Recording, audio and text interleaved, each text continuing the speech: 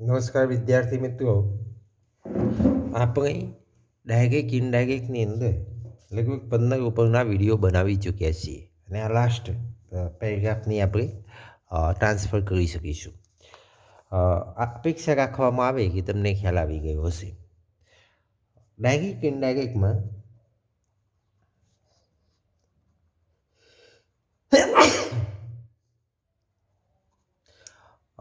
Passenger please give me a ticket for the ST bus station.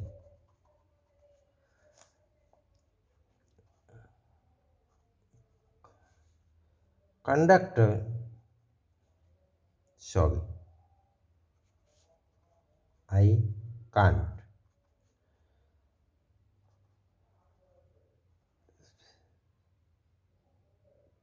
Passenger,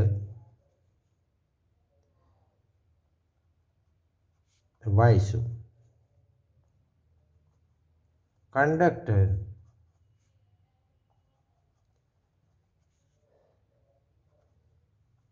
because this bus will go to Kalupur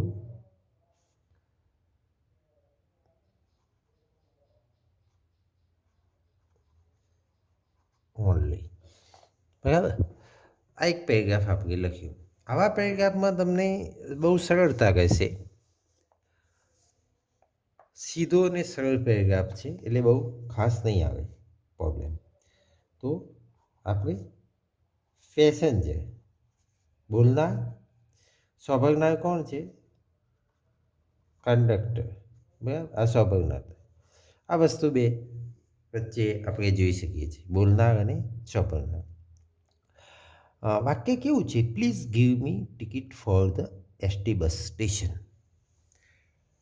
તો imperative sentence છે. Imperative sentence છે અને please આવ્યું છે. જો please આપવામાં આવે તો હંમેશા રિક્વેસ્ટેડ મૂકી દેવું.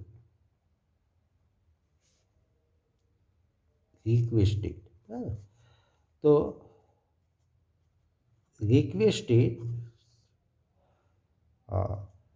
હવે ઇમ્પેરેટિવ સેન્ટેન્સ હોય તો આપણે કન્જેક્શનમાં શું મૂકી શકીએ છીએ?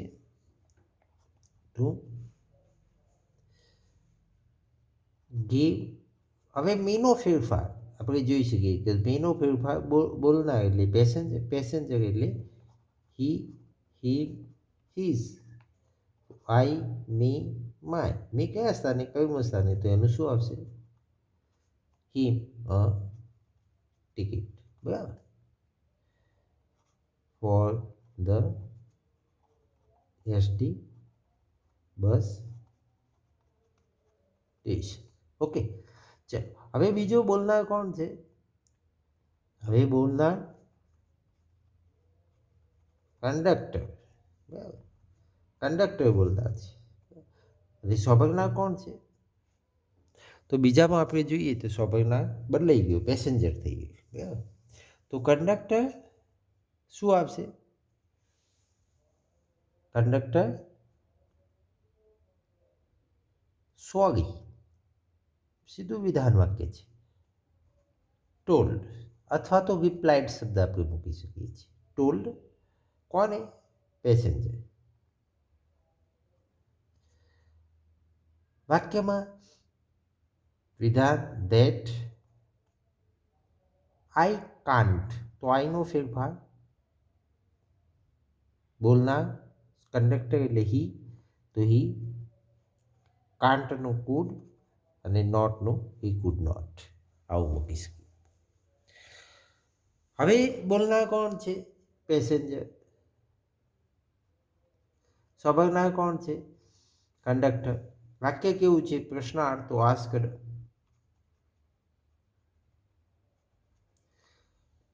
એ હિમ મૂકી શકાય, મૂકવું હોય.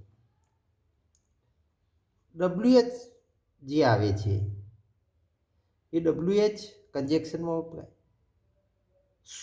વાય સો એટલે કે કેમ નહીં, વાય. તો કહેવાય ના આવતું હોય તો ઇટ વોઝ નોટ શબ્દ, ઇટ વોઝ સો શબ્દ મૂકી દીધો. બરાબર. હવે બોલનાર કોણ છે? કંડક્ટર.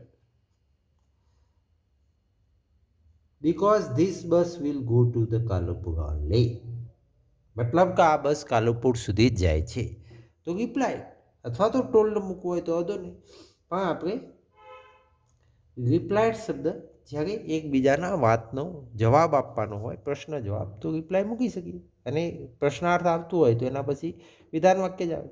એટલે રિપ્લાય, રિપ્લાયડનો ખ્યાલ ના આવે તો ટોલ્ડ મૂકી દેવાનું. કહ્યું ટોલ્ડ પેસેન્જર. વાક્ય કેવું છે? વિધાન વાક્ય. ધેટ ધીસ બસ, તો ધીસ તો શું થશે? That bus. ડબલ ધેટ મૂકવાની કોઈ જરૂર નથી. પેસેન્જર ધેટ બસ, અથવા તો મૂકવો હોય તો પણ વાંધો નહીં. તો ધેટ બસ વિલનું શું થશે? That bus would. બાકીનો કોઈ ફેરફાર થશે. Go to the Kalupur only. તો આપણે જોઈ શકીએ ફેરફાર કયા કયા થયા.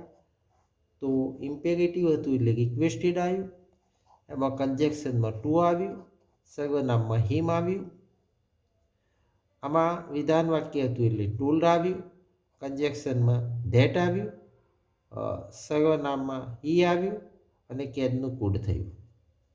આમાં પ્રશ્નાર્થ વાક્ય હતું એટલે આસ્કડ આવ્યું, એમાં WH કન્જેક્શનમાં આવ્યું અને ઇટ વોઝ નવો શબ્દ આપણે અમુક ટાઈમે મૂકવો. અને આમાં રિપ્લાયડ આવ્યું અથવા તો ટોલ્ડ પણ લખી શકાય. કન્જેક્શનમાં ધેટ આવ્યું અને વિલનું હંમેશા વોટ થયું. અને ધેટ બસની જગ્યાએ ધીસનું ધેટ પણ થઈ શકે છે. તો આ રીતે આપણે સામાન્ય રીતે જોયું તો ટેન્સમાં ફેરફાર, સર્વનામમાં ફેરફાર, દૂરતાવાચક જગ્યાએ નજીકતાવાચક. વિદ્યાર્થી મિત્રો, આશા રાખવામાં આવે કે ડાયરેક્ટ ઇનડાયરેક્ટના કોઈ પણ પ્રકારનું વાક્ય હોય તો તમને સારી રીતે ખ્યાલ આવી ગયો હશે. Thank you. આભાર.